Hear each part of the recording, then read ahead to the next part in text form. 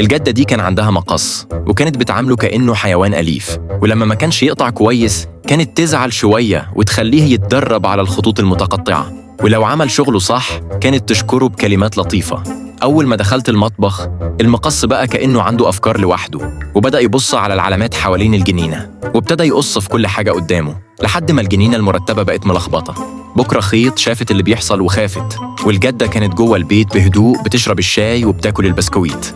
الخيط حاول يوقف المقص لكنه اتأذى وفضل يقول له يبطل ويبص على اللي عامله ولازم يصلح قبل ما الجدة ترجع.